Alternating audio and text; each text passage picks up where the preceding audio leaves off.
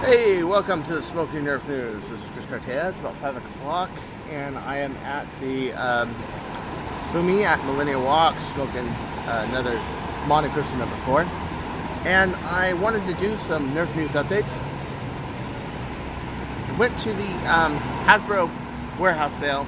It was actually not just Hasbro, they were selling other stuff too. It was at 205 Henderson. And I gotta say, I was disappointed. There was disappointed in two things. One, the selection, and two, that most of the stuff they were getting rid of was the Rebel stuff, which was once in its heyday really a new direction for Hasbro, as they were making stuff for girls, so they were ruggedizing a lot of your single blasters because they wanted them to be strong. And from this came the Star Shot, and from the Star Shot came the Bird of Prey, the Ultra Match Pink Crush. Able to really, the one reason that I became popular was I was able to not have to dive back into Night Finder, and I was able to go to Rebel, and Rebel had a lot stronger internals. Shells that had the grip that went all the way to the spring catch, so you could put massive amount of power on them. High density polyethylene draws, Delrin catches that could take enormous spring loads that I have never thought possible. And because of that, the Bird of Prey was made. It was built. It flies. It is the holy terror of pistols. Okay? And I'm sure there are some rainbow pistols that can match it. But let's face it, something made solid out of PVC with a rainbow catch is a lot less of an engineering challenge than doing it to a toy, which is one reason why I did that. The other reason was I wanted to keep the sleek looks and the feel, and this is why I've never been really interested in a rainbow pistol. Although I admire them, I think they're good blasters. If you want to go DIY, it's a good way to make a pistol. You can put an RSCB on it. You can on a larger volume one, maybe ones that like Aeromech would make. Another really good maker of blasters, that and mostly harmless arms. You can put a hopper on it, But I was never really interested in hoppers. And I was never really I was more interested in pinpoint shooting. Okay, so I saw the Fearless Fire there, Lawbringer, Vagabond, a lot of this Doomland stuff and Rebel stuff that's kind of fallen into the wayside. But at one point there was the heyday of Rebel, and it was something. Okay, yes, you didn't have that many mag-fed blasters. You had a mag-fed Retaliator type that came out, I think, the next year. You had the one that was like the Swarm Fire, but it was 10 shots, and it came in a leather bag. But then they came out with Rebel Charm. Oh, they came out with the Wild Glamsters the year after, which was okay. But they came out with Rebel Charm, and the Star Shot was only made for 1 year. And everybody gets that one confused with the Pink Crush. Hey Chris, is the Bird of Prey made from the Pink Crush? No, it's made from a Star Shot, which is a far different blaster that has a lot bigger of a spring allowance, that has a lot wider of a spring allowance, that has a plunger rod that can take 40 kilograms rather than one that can only take about 24. Okay, because on a Pink Crush, the notch just sticks up, and then you have your rod. On a Star Shot, your rod, here's your post, and your rod's like here and like so. It doesn't look like that is much a big difference with geometry, but when it comes to weight loads, yes it is, okay? But at any rate, long and short of it, their single pistols kicked ass. They were beautiful. And then, Rebel Charm. Suck. You had the Messenger. It was a great pistol. You could put 14 kilograms and full 4-inch barrels on there, and you not only had a blaster that can meet or exceed a pistol splat. You had one that can meet or exceed a pistol splat with repeatability, and not just one that can meet or beat a pistol splat in repeatability, but you can also put 3 Steffens each barrel, and you can use it as a shotgun. Every one that I made, I sold. I made about 18 messengers, and with the exception of the first few, not one of them stayed in my possession more than a week and a half. Somebody bought it, somebody wanted it, somebody really needed to have it. Okay.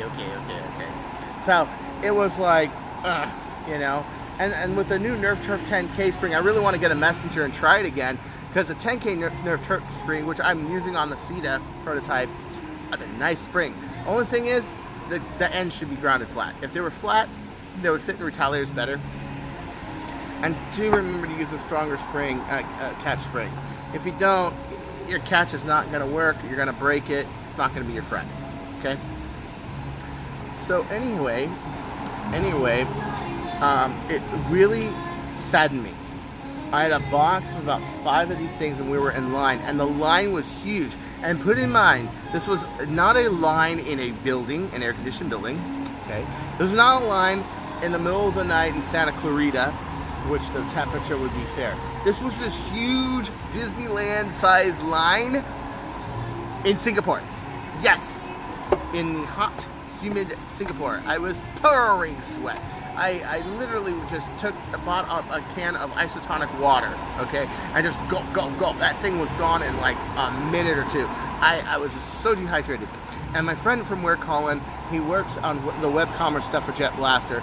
He invited me to come with him, and I was just like, dude, you just want to go? I'm not buying anything. It's not worth it. And I realized I'm going to have $150 of Fearless Fire, a Lawbringer, which I bought like 4 of them for a project I'm doing for a friend. Finally got it right. A really difficult project where I'm integrating one blaster from another, which I can't really tell you about, but I'm hoping I get that to him this Christmas. Just like the rest of my commissions that are behind, because I moved to Singapore and no more than 2 days ago did I have my own place, and I still have to get tools, I still got to get blasters, I still got to do a lot of things. I'm hoping either Christmas or after Christmas I start fulfilling again and getting done. But this is the last of the Cartea stuff. So really worth the wait, because I'm not making people commissions anymore. My stuff that I'm designing is going to be basically Jet Blaster or my own prototypes. And I don't like to sell my own prototypes. Good reason. Anybody remember the Zeus? Yeah, that was a prototype. You saw how much shit Hang got for that. Yeah. Like, hate the Zeus, whatever, okay? I remember Alex. I remember how upset he got and many other customers got about it. The Jet Blaster Zeus 2 solved a lot of those problems, but didn't fix everything. But it did fix a lot of those problems. It made it much more convenient and much more inexpensive to get shotgun grip and a butt grip and a pictionary rail on a long shot shell without having to buy all these parts and putting them together and everything. So I like the idea of the Zeus 2. A lot of people are not happy with the incompatibility with some things, such as the artifact kit and this and that. But you know what? You write me a message, I'll help you through it, dude. Really, I've done that all for my friends, my customers. Really, you know. But it was very depressing. I remember walking back to Red Hill, go back on the MRT, and I just felt this. I was talking to Colin, so it was a fun time to talk to one of my workmates, and I love the people I work with, so I always joke with them. I have fun, everything, but it was just, you know, it was really sad. So I'm gonna show you guys how to light a cigar. Can you get me a cutter? Yes, sir. All right. So I had shit. I keep dumping ash everywhere. I had a worker here at Fumi who works here, and you'll notice it when she comes by, she has a little thing that says Habanos, because this is from the Habanos store. This is Habanos' restaurant right here. Here, come on, say hello. This is my video right here. Hey. Hello. She's from Malaysia. She's a new Cuban cigar smoker, and we're gonna show her how to light a Monty number 4. Okay. So first off, you get a cutter. This is a single blade cutter. They also make dual blade cutters. You want to take that first cap, that first band, right there. Yeah. See where that first layer is? I'm not sure if that really catches that first one. And you want to just kind of take the whitest part there and cut that, like so. And then I'm gonna put it in my ashtray here. I'm gonna tap a little bit, just like so, just so I don't get a lot of tobacco in here. And let's see. So now we take our torch. And anybody wants some spot welding done? Here you go. And the way I light is like this. I just get the top part of it lit, like so. A torch is hot enough to do it. So you just get it. You see how it's starting to go white? That first part right there is starting to go white. You get that whole outside white, a little bit of the inside, you see it start to smoke, and you really quickly, there it is, lit. That's how I do it. So that number 4 I gave you, go ahead and do that, just with a torch lighter like this, and you'll be great guns. So it's great to see. What's your name? Vidya. She is one of our new cigar smokers, and she works over here at Fumi. This is a great place to smoke, and yeah, that's how you do it. That is how it is done. Thank you very much. You're welcome. You're welcome. So anyway, back to the news.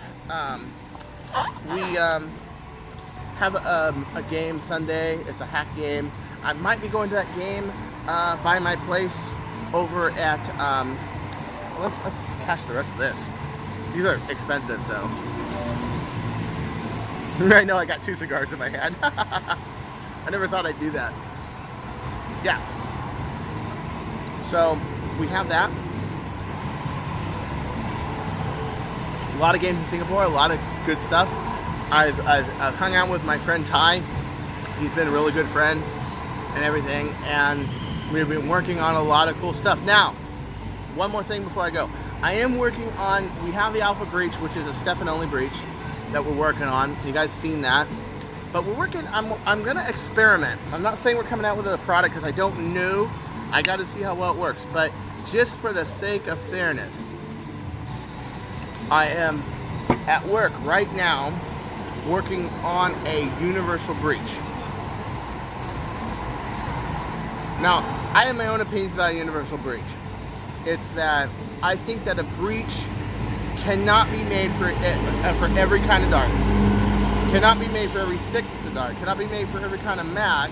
That you should go more specialized. Okay. Now my head engineer, who's just an awesome cadder and an awesome designer, awesome thinker. His name's Alan Go, and he GOH Go. Okay, and out of sake of fairness, he wanted to make a universal breach, and he had a really good idea with one of my designs that I have. You see, the Mauser fire needed its own breach, and the reason the Mauser fire needed its own breach is it's a sharp fire. You couldn't throw an artifact breach in there. You couldn't, well, one guy did, but it just doesn't, you know what I mean? It doesn't have a feed tab on it, you know? You couldn't make your own breach have a feed tab on it. You couldn't throw an Explorer breach and throw a feed tab on it. You couldn't throw a Jet Blaster Alpha breach and throw a feed tab on it. There was just too little space. What do you do? What do you do? Well, you make the feed tab from the barrel and you make it concave. That way, every time it loads the dart, it centers the dart before throwing it in the breach, and then it has a feed ramp going all the way around where the tab isn't. So when it misses, it will reorient the dart without chipping it. And then the pusher is kind of a clover leaf shape, where it's got 4 dents and then it's rounded on the front. It's basically, you can get away with just using a bevel one, but the way I machine, I do it a clover pusher, or another pusher I call a sleigh bell pusher, where those outside clover parts are actually completely filed down. So you have these 4 holes on it, and that's actually how they make sleigh bells out of sheet metal.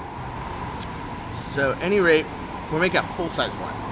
And next week sometime, I'm going to try that on the Sita, and we're going to see how well it works. It will have, of course, one problem, is that you can't, from the top, unjam it, because you got this big, long piece of metal on it. You'd have to undo the magazine and jam it from the bottom, of course. But the feeling is, his feeling was, hey, wait a minute, this Mauser fire, with the exception of having a bad dart to begin with, doesn't jam. Never jams. If I got good quality darts, the thing never jams.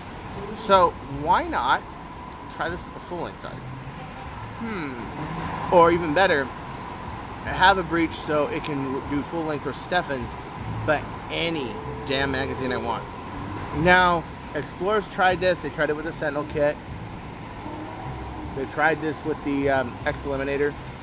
One of my friends, Trent, adamant about using a blaster that can go full length, because he likes Explorer, but full length, okay? So, will it work, will it not? It's not a product, so don't get me wrong, okay? Just like when I asked everybody, hey, do you want to put your name in if you want to be reviewed, if you want to review stuff, and we'll put your name under advisement, and we'll decide who's going to review.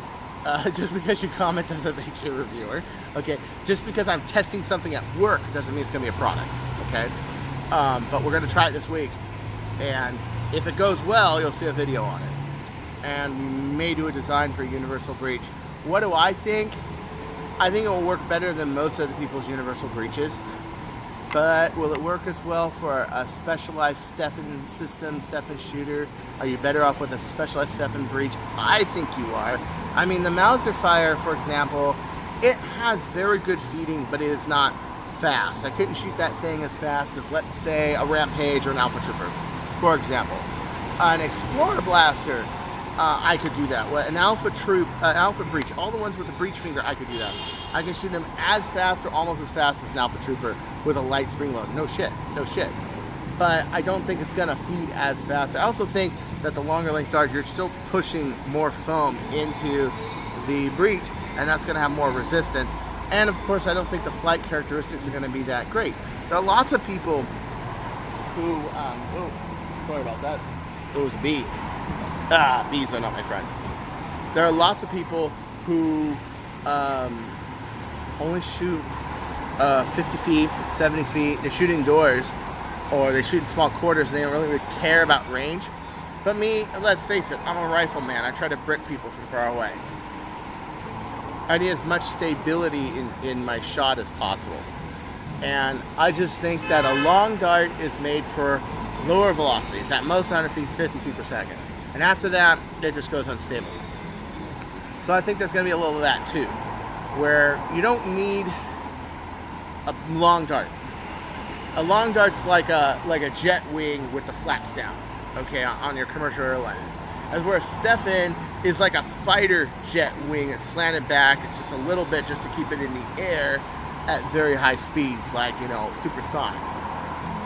So I think it's gonna be just like you design wings different for different speeds and different loadings and maneuverability. Darts are the same way. So we'll see. But at anywho, this is Chris Cartea, Smoking Nerf News Episode 2. At some point I'll show you the beta for Episode 1, and you'll really like it.